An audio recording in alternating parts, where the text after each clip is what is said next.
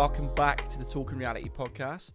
In today's episode, we're doing a review of our journey so far. So welcome back, guys. So where should we start?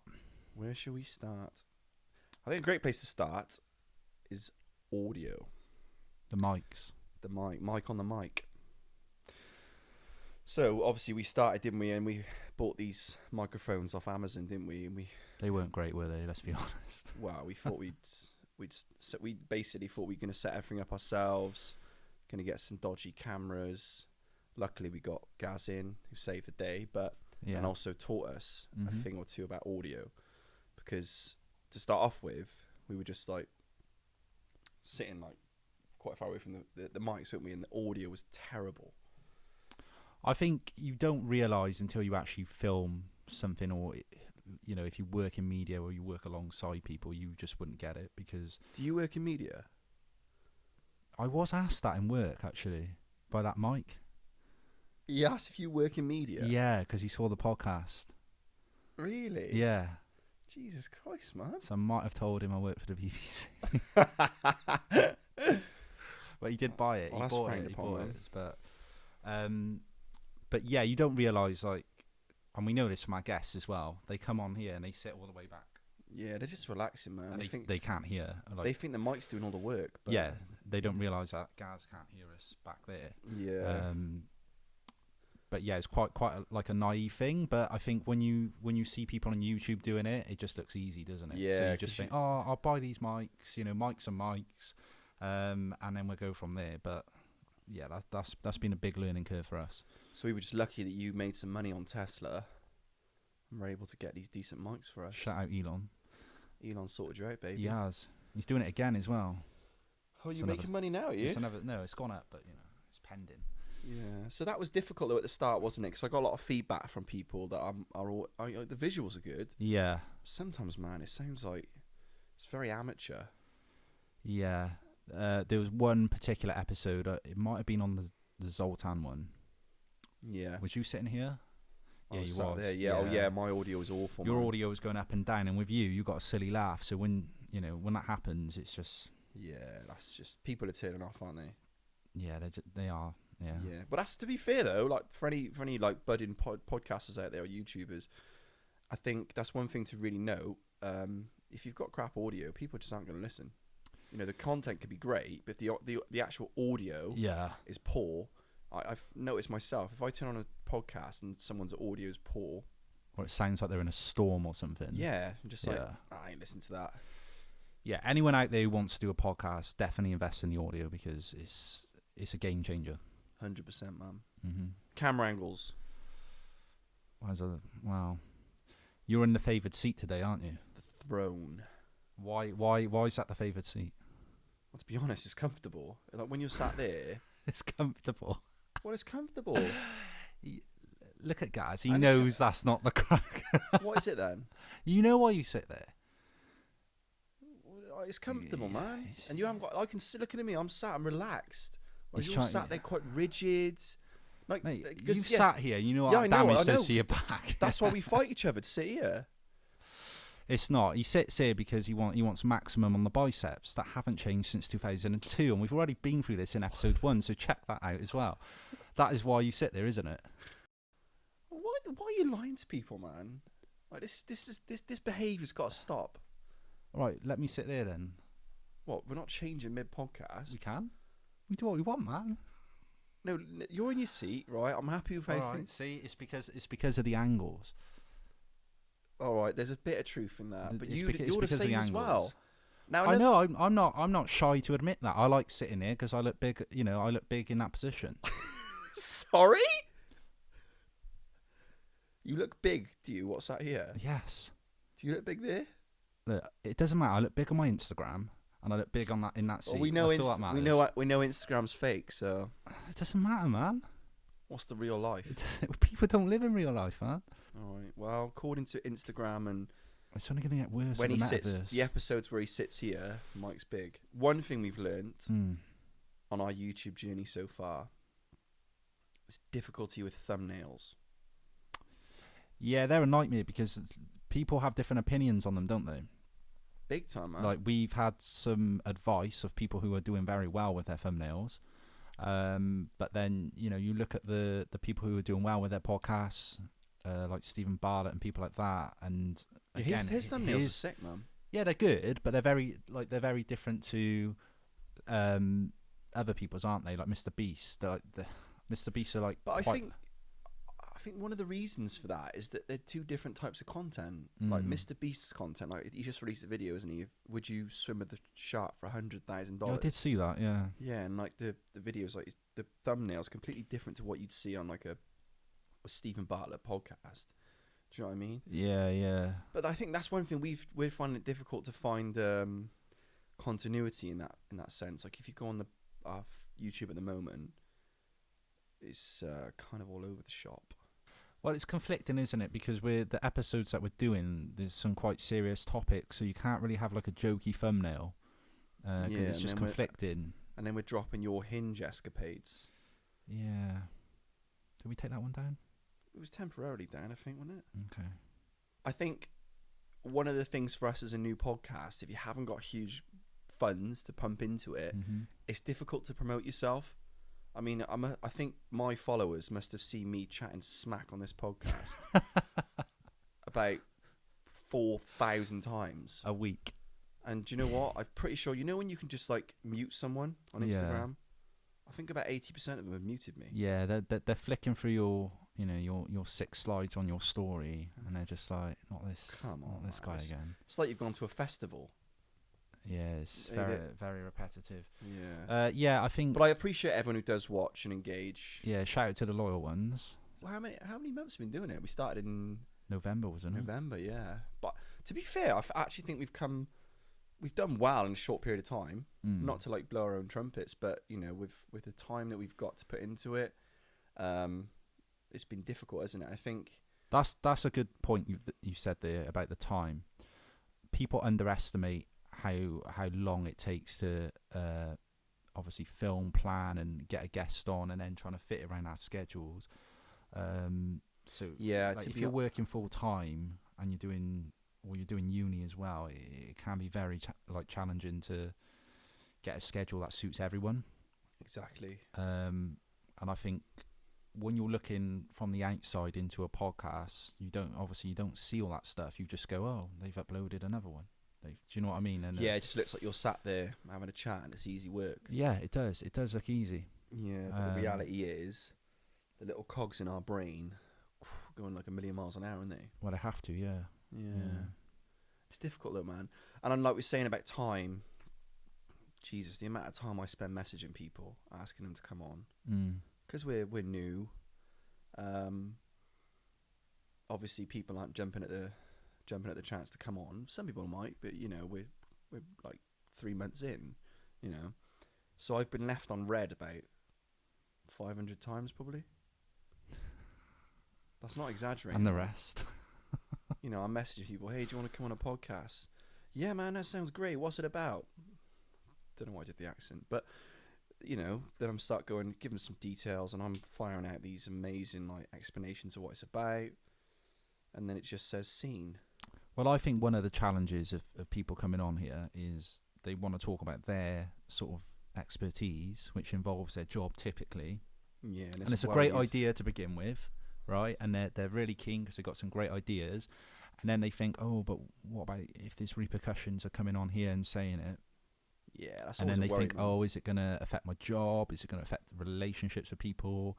Do you know what I mean? So they do have to consider a lot of things before putting it out there, because once it goes on the internet, that's it, isn't it? It's there forever, man. Yeah.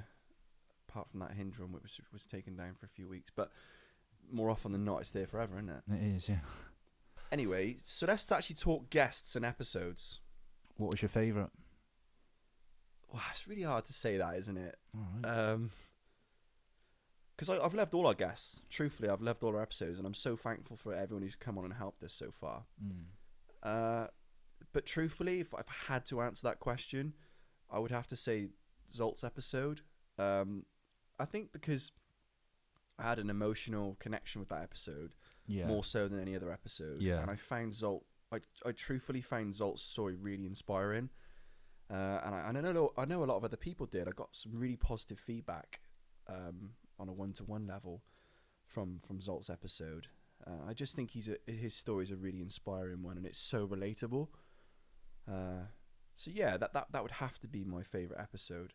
But it's difficult because there's lots of episodes in there that I've really enjoyed. I really did enjoy Zolt. I thought he was very likable. He spoke well, and he was very engaging, and he was really honest about his story. And I think that's what draws people in is when you got someone who's done something wrong, but they're not trying to beat around the bush with, he was giving some cold facts, wasn't he, about his life, and he was very open to talk about it. It's obviously affecting him and his family, but he was happy to share that with us and our audience. So, but I think one of the variables for that is it must be through his work with AA, because you have to accept what you've done, and that is the only way you grow.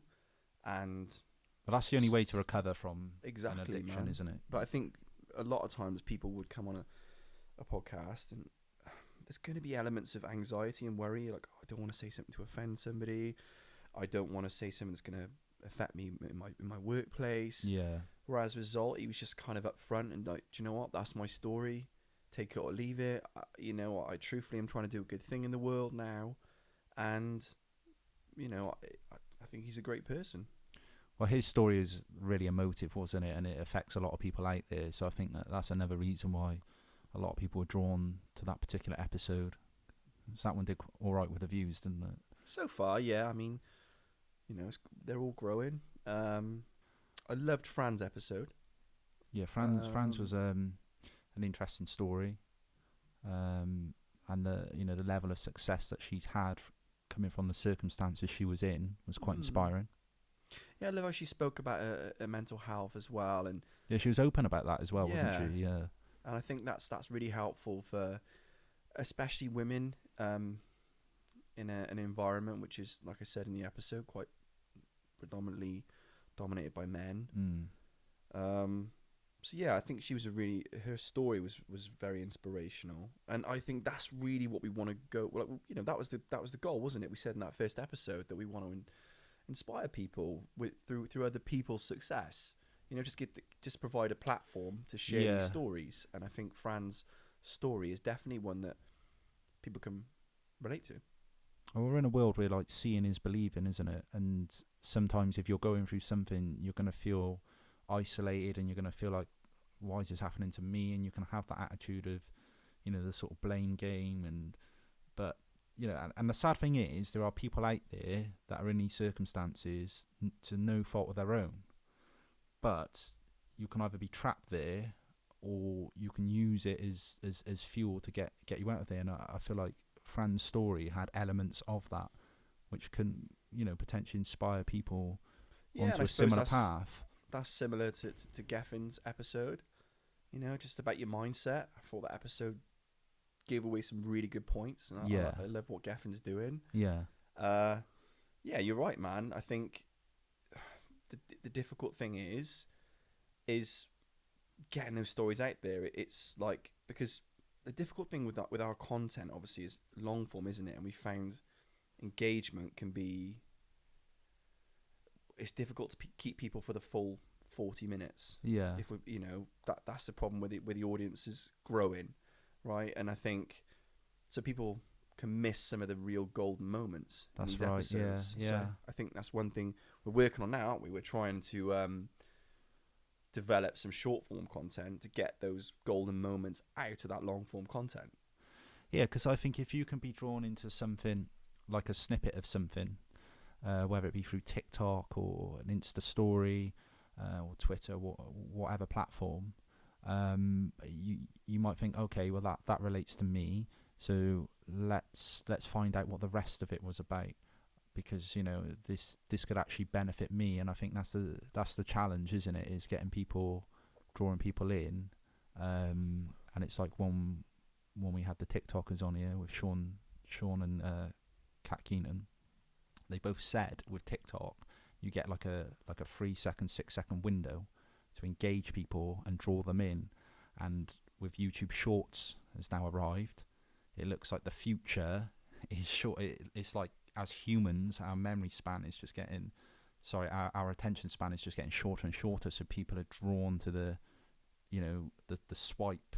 Well, and you can see that in like even like dating apps. It's the swipe. It's just becoming ingrained in us. So it is a real challenge getting people onto the long form content. But you've got to give them enough to show that it's relatable, and then they, will go and view the podcast episode that's suited to them. Yeah, I think that's one of the difficult things that we've had is that because with podcasts you can have one episode to the next, they can have not a lot of relatability. So if you look like say at Elliot's episode about football and opportunities in sport, I think it was episode 4 or 3, I can't remember, doesn't matter anyway. But then we had obviously Sabrina's episode about racism. Not a lot of relatability there, but I think with podcasts that is what happens. Well, that's what a podcast is, isn't it? You're hitting different topics. I mean, yeah, of course you'll have some that are niche, like the high performance podcast, who they seek to find athletes and people in sport to inspire people. But then if you look at their stories, like they had Trent on there, didn't they, for Liverpool? Yeah. Like his story is completely different to someone like Dina Asher-Smith, but they've both been on the podcast. So it's about finding different topics, but those that people can apply to their own life, like get something out of it and actually help them and aid them in their difficulties or their challenges.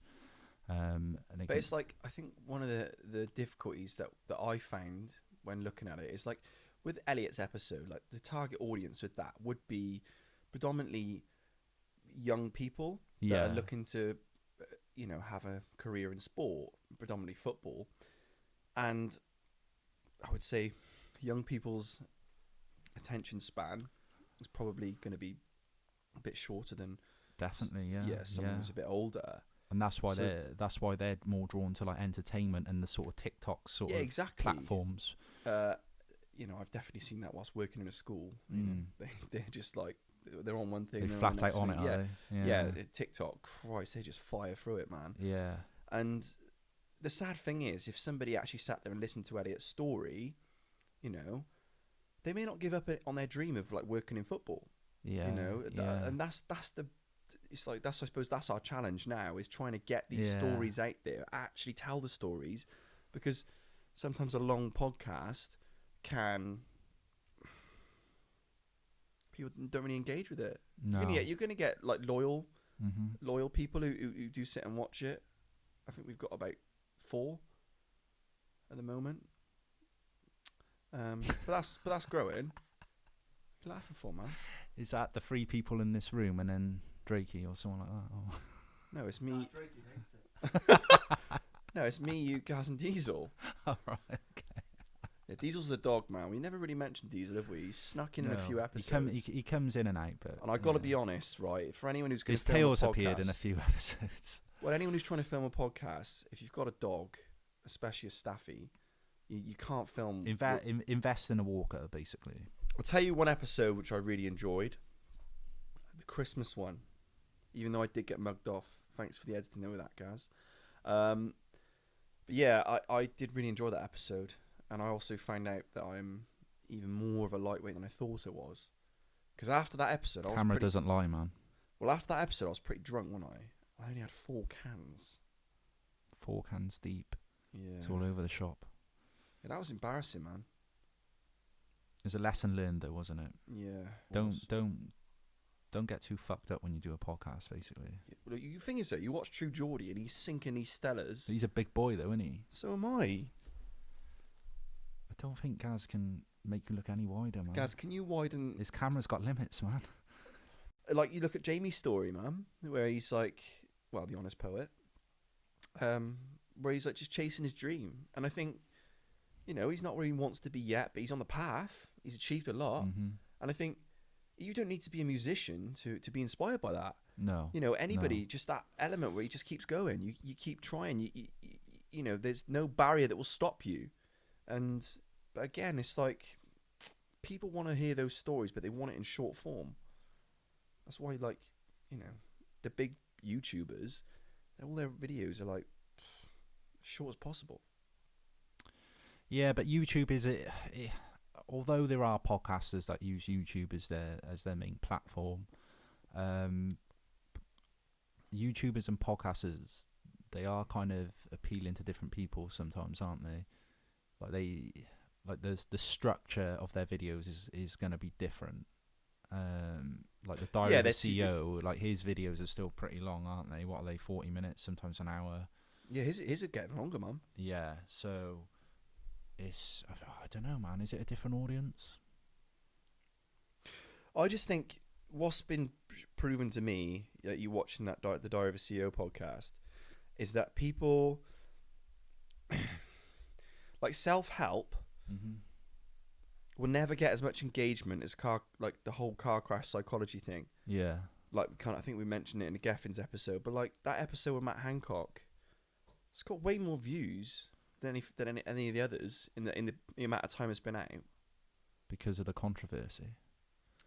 Well, people just attracted to like negativity and like negative news, gossip, and yeah. Just wish we knew Matt Hancock, man. Well, actually, when we went to watch my friend running the marathon, he was running. Matt Hancock was running the London Marathon, and do you give him a load of shit?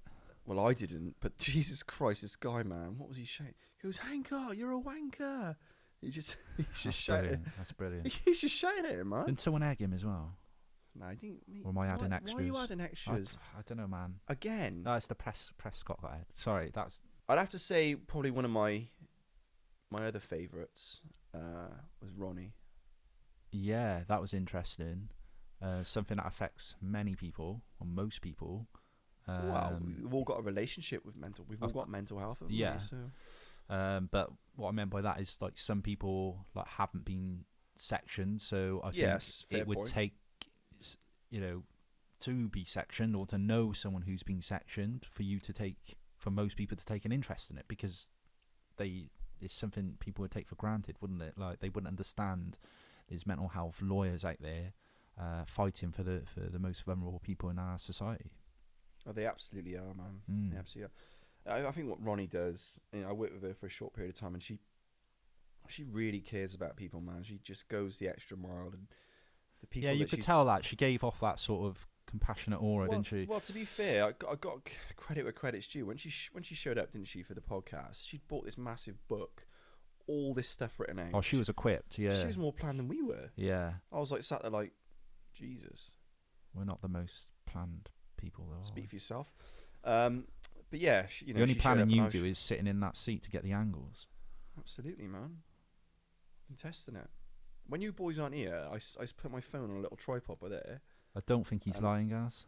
Like I could see him doing this, man. I set the spotlights up, and I sit here. He's angling his arms. Yeah, this chair took me about 40 minutes earlier to position it right.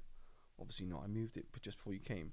But anyway, yeah, Roni, like she's just a gem of a person, and I think, when she showed up with all that planning and just made a lot of effort, didn't she? Yeah, she did. Then there's another one of the problems. So saying about thumbnails, so she'd obviously travel quite far, and we forgot to take a picture for the thumbnail, so she had to come back again, didn't she? Yeah. I mean that has happened once or twice with other people, but I don't think they've had to travel as far as Roni did. Yeah, just shout out to Roni. I know she actually listens to all the podcasts. Yeah. So we've got 5 loyal listeners. Sorry. Now Roni was good. And what sort of stood out for me was when we talked about like Britney Spears and like how different that time was to now, and how bad it was like in the past. I mean, it's not great now, is it? There's still stigmas around mental health. However, back then it was just completely feasible to laugh and take photos and video people having a full-on breakdown in the public domain, like. But that's it, man. That's the media, isn't it? It's absolutely savage. Yeah, it is, man. It's ruthless. Speaking of media, obviously we had Willsy on, didn't we? Dan Wills. And he's just been on a TV show, and he's obviously chasing a dream. He wants to work in television. Yeah. That's kind of what he was saying, Yeah, really, wasn't yeah. it? And he's done a few. I think he did some modelling stuff, didn't he? I think he did a bit of that. I see on his social saw that media. on his social media. But I think really he wants to do more TV work. I think. Yeah, I think he'll make it, man. Yeah. I think he's got the charisma and the look to be on there. Yeah, sure. And he's got the perfect platform in coming on the TRP podcast. Shout out to TRP. Yeah. Yeah, that's going to be a game changer for him, man. When he's in front of these Channel 4 or ITV producers, like, show us your resume. He's like, Seats a TRP. all you need to see is TRP, baby. It's a job done. Well, it's impossible not to talk about our new opportunity. Yeah, so we applied for some funding, which we've pitched to the university, and they seem to like the idea. I can see why, because it might bring people back into education, or at least back on the right track. Yeah, man. As obviously we cover a lot of topics, so hopefully we'll get that, and we'll be finding out soon, won't we? Yeah, well, I mean, I'm in the process of drawing up a business plan alongside it, so we'll find out in the near future. But yeah, I think from my discussions with them, they like the idea of a more, focusing a bit more on education, and I think that's something we're going to introduce a bit more of moving forward. Yeah. We've got some plans in that regard. But yeah, I think it'll be a huge opportunity, man, to have a studio in this, and they've got some great equipment, so even more reason for our fans to stick around. Yeah, some good facilities, and it'd be nice to actually film in a studio, and just keep it consistent as well. Do you reckon they'll let us take this chair in? The throne? No. Right, let's put this to bed once and for all, man. Because seriously, not just for the fans, but for me, don't tap your head. You have been smaller than me since 2012. So I was bigger than Prior you. to 2012. Whoa. So I was bigger than you. Prior to before. 2012. Was I bigger than you before then? Yes, but that was 10 years ago. I did have 5 years off the gym though, didn't I? Well, this changes. 3 years, 4 years, 5 months. I mean, we don't know, do we? Basically, he was in a comfortable relationship, so he quit the gym. I didn't quit. I was just going twice. Quit the gym. I wasn't breaking even with it. That was the problem. I was going twice. You were in a negative from what I saw, Sunshine. I was going twice a week. Yeah, there's nothing wrong with that. I know, man. But it set you back. Is it? Yeah. You still haven't recovered by the looks of things. Personally, I love the journey we're on. We've got some awesome guests lined up. I managed to book someone I'm really looking forward to. Like, really, really looking forward to, actually. So I'm not going to give anything away, but you guys need to stick around for that one. Yeah, and I mean, new studio.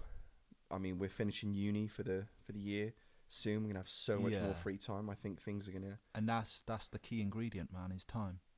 Because, like I said, all of this time is money, baby. All of this is so time consuming, and when you've got very little time, and we're bad with time management, so. Well, speak for yourself. Carry on.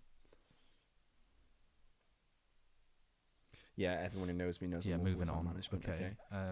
But so if you're bad with time management, you haven't got a lot of time, then it's so difficult to actually make a plan and get everyone on board and everyone in sync on the right day. Because the weeks they're pretty full on, aren't they? Yeah, it's hard to squeeze everything in. And to be honest, like, this is my passion. This is what I love. Like, when I'm waking up for other things, sorry if my employers listening or my lecturers, but sucked. But to be honest, this is what I wake up for, and if I know I'm filming, like, I get a buzz. I actually feel really good, and I think that's the story. That's all you need in life, man. If you found something that gives you real purpose, you're winning. Yeah, for sure. I think creative things they're just the best, aren't they, for the soul? I think, because I feel like people express themselves in different ways, and the structure of a typical job just is completely opposite, isn't it? Sucks creativity out of you, man. Yeah, it does. It suppresses it, man. Whereas I think this has given us an opportunity to, express our creativity in some ways. And I think we're really growing in the journey. Mm-hmm. And I'm really excited to see where it goes. Yeah, same, man. Just try and motivate some people and pull some people up if we can. Yeah, man.